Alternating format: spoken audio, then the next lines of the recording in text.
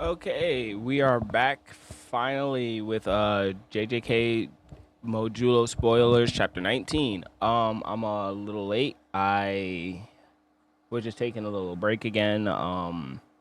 Just some stuff popped up. So now we're back. So we're on a continuation of chapter 18 from last week where we saw Deborah finally realizing that he's a warrior. So now he's charging up and he's actually fighting Maharaga. I couldn't find the actual scans, but I've seen a couple of videos and I kind of know a little bit what to say, but not fully. I forgot to turn this on. There we go. Okay. So pretty much we start the chapter off with just Maharaga and Deborah just going at it. We got Deborah blitzing the hell out of Maharaga with his third eye open, which is pretty cool. So what we seen from the last chapter was Deborah said he was gonna fight and turn his body into subsonic speed and beat Maharaga down with just his bare fist. So this is gonna be very interesting because I don't think we've ever seen Maharaga just beaten down with fists besides Gojo, but Gojo eliminated him with a hollow purple. So can he eliminate him with his fist now? All right, so we got Deborah just lighting up. He's just sprinting every Jesus. This is like a cool speed sequence right here. He's destroying everything as he's running. It looks like Maharaga is right here on the side, but he's kind of keeping up as it seems. Not sure. So here we go with them running around. We got Deborah running. So I'm guessing that's Maharaga just standing. Deborah has his third eye open. He's just running around and just causing so much destruction. Just easily the most destructive character in all of JJK. Like, it's too... Well, I don't know. Maybe Gojo could be like this, but we never seen Gojo actually let loose of his power. So I'll say still, well, Gojo and Deborah. Let's see. So Deborah's charging up a nice little kick. He's charging it up, nice little bright light. He's going. So now he's about to hit my. Okay, so those chapters he was sprinting around, charging a kick for Maharaga, who's just been standing there the whole time. Deborah goes through a little, Maharaga beat him into like a anime main character flashback, and then now he's reliving it yet again, remembering his friend while charging up this nice, beautiful kick. He finally kicks Maharaga with it, and it explodes. That's a pretty... I thought the explosion would be a little bigger because it seemed like he was running for a while. Okay.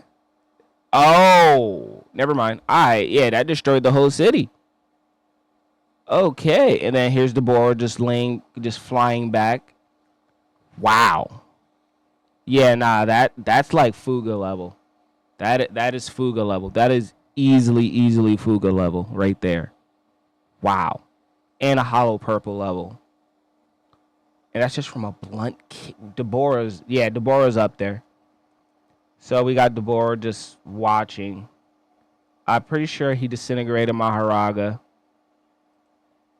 But nope, he regenerates. So one of the things that I did see from the scans, Maharaga actually adapts faster and easier to bare hand phenomena, which is kind of trash, but kind of really cool. Because like that just means he adapts to everything, like no matter what it is. Because I personally thought, okay, yeah, one sure hit explosion would take him down like a Fuga, hollow purple, whatever Deborah would do. But I thought you can't really adapt to hands, really, but Maharaga can. So now Deborah is setting back up for another round. But Deborah is excited and happy and looking at Maharaga like a dance partner. Somebody who he can flow with and get stronger with. I remember that saying from one of them. Deborah destroyed his legs from the kick, and then he remembers. He remembers that that the Earthlings had their own way of healing, and they was talking about healing. And he's remembered Maharaga as well. So then now he learns reverse curse technique, which I posted on Twitter. That is completely insane from just a battle. Seeing it and knowing that the concept is real, he just learns it. So Deborah is that's Sukuna level right there. Remember, after Sukuna saw a technique, he could do it once. Deborah, now the same thing, but that's insane. He did a reverse curse technique. And now he has his foot back. Deborah with RCT. Let's see how this goes against Maharaga now. So we're getting into the more exciting part. We have the humans just looking, watching the battle of Deborah and Maharaga. I'm pretty sure it's just them and the Sumerians. This looks like the Sumerian. I didn't really pay attention to this part.